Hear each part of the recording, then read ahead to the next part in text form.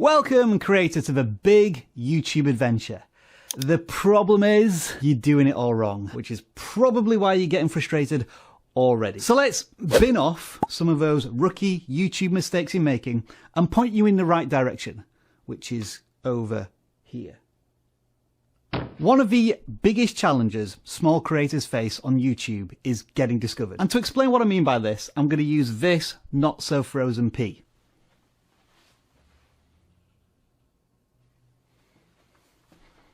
That's you right there.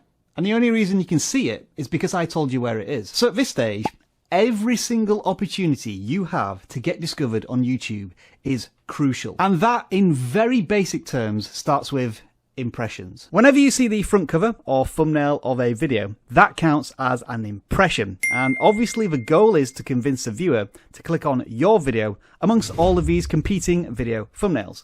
Now, unfortunately for you as a small creator, you have two challenges that you need to overcome. First of all, you've got a YouTube problem. It doesn't have that much data on your channel, and you have no authority in the algorithm. I like to call this the recommendation system. So YouTube's going to be pretty stingy when it comes to handing out impressions on your behalf. And then you've got an audience problem. People don't know who you are, and people don't care who you are because they have no familiarity with your content yet. So when your thumbnail is put up against another thumbnail from a creator the viewer is already familiar with, then if they enjoy that content, they're more likely to choose that because they know what they're getting into. Ultimately, the impression and the click is the journey every viewer must go through to start watching one of your videos, which means it's absolutely crucial to get those two aspects right. And that is the first very common YouTube rookie mistake: not spending long enough on your thumbnail and your title. And I don't want you to feel bad about this because everybody does it. You put your heart and soul into making the video,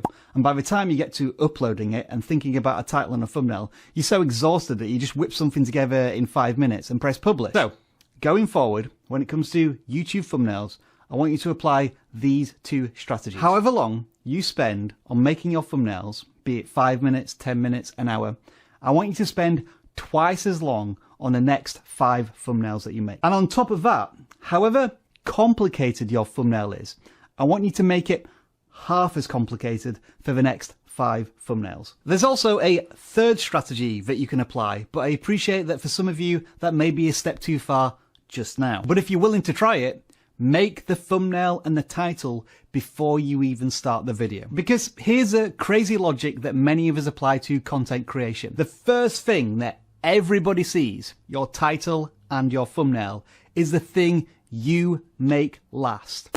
Doesn't make any sense, does it? And to ensure I practice what I preach, this is the title and thumbnail of this video, until I panic and change everything an hour after it goes public. All right then. We've got 2 fun little games to play with you. You remember that small, not so frozen pea that was representing your channel? It's moved to another part of the frame. Can you find it? Let us know in the comments below. Secondly, and more importantly, we're going to do a quick thumbnail test. 2 thumbnails are going to appear on screen, and all you need to tell me is which one you would click on and why. Ready? Go. Yeah, I didn't give you long there, did I? But it was still more than enough time to pick a thumbnail, right? That's because studies show users spend, on average, 1.8 seconds considering each thumbnail on Netflix. And when you factor in that YouTube shows more thumbnails and gives the user even more choice, they're probably spending even less time on each thumbnail. And that's because humans can process images very, very quickly. But the more complex a thumbnail is, in terms of colors, elements, objects, and storytelling, the longer it takes to process that image. And once you can explain why you would click on this thumbnail rather than this thumbnail, you can start making better thumbnails yourself. Now then, titles. Usually once a thumbnail has done enough to grab someone's attention, they will look to the title for more context. The best titles complement the thumbnail rather than repeating them, and they create intrigue. In order to demonstrate what I mean, I'm going to use the most clicked on thumbnail we've published on the VidIQ channel in the last couple of months. This thumbnail is pretty simple and emotionally evocative, but what takes it to the next level of intrigue is the title.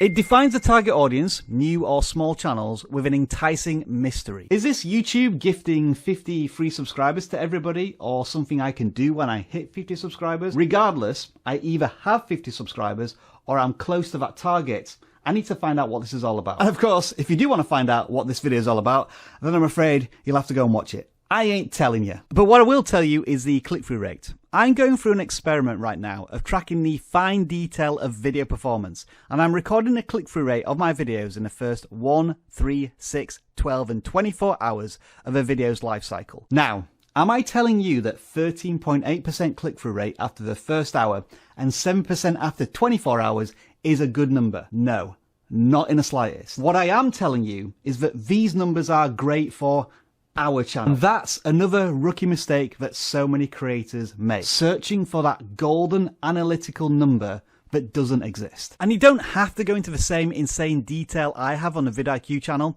Just use this panel on the YouTube Studio dashboard and it will show you if your titles and thumbnails are getting better. Now for all of you pea hunting enthusiasts, never thought I'd say that in a VidIQ video, it's moved again. Can you find it? For all of you YouTube rookies looking for guidance, let's carry on. Because we need to know what happens next beyond the thumbnail and title. And it's pretty obvious actually. People will start watching your video. And the key word in that sentence is start watching the video. Because, let's be honest, hardly anybody finishes watching the video. In fact, you lose tons of viewers in the first few seconds. It's pretty demoralizing if just 3% of those who click on your video get through to the end, right? But that's not what you should be worrying about until you fix this. The first 30 seconds of your video. The dreaded hockey stick decline in viewers. The more viewers who leave at the start of a video, the greater the disconnect between what was promised in the thumbnail and title and what was delivered at the beginning of the video. Now there are 3 main rookie mistake reasons as to why this happens. First, we have branded intros. Come on. They just stop everything dead. I know they look fancy, I know they can be very short, but let me ask you this. How often do you pay attention to a video intro on a channel after you've seen it once? It's just another barrier to the value of the content. And recently, I proved just how damaging a video intro can be, even if it's 2 seconds long. So make sure to check out that video if you want. Secondly, after the branded intro, we have the channel intro. This is where the creator introduces themselves, the channel, what they generally do on the channel, and why you should subscribe to it. The problem is, the video hasn't justified any reason why the viewer should do that yet. So to begin with, always start off strongly by delivering some of the promise made in the thumbnail and the title. If you wanted to introduce yourself properly, you can do that 1 or 2 minutes in, once the viewer has got value and they've settled into the content a little bit more. And finally, the beginning of a video just doesn't give enough reasons to the viewer to stick around until the end. This can be done by teasing a climactic moment in the video that's going to be paid off much later on, or showing the final finished product of something that you will get to if you continue watching the video, or having a secondary hook. Like this tiny shriveled up pea. And granted, I know that was a pretty weak one, but I'm still playing around with the secondary hooks. Now, I don't know if you've noticed this, but there has been a theme throughout these rookie mistakes to encourage you to do something.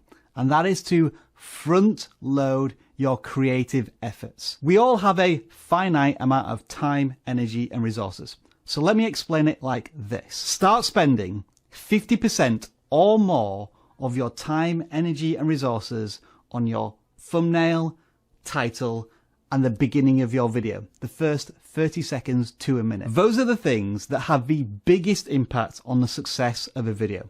And once you figure out them, you can get onto the other stuff. As for other rookie mistakes, well, there is one monumental subscriber error that almost every single creator commits. And if you want to know what that is, start watching right now.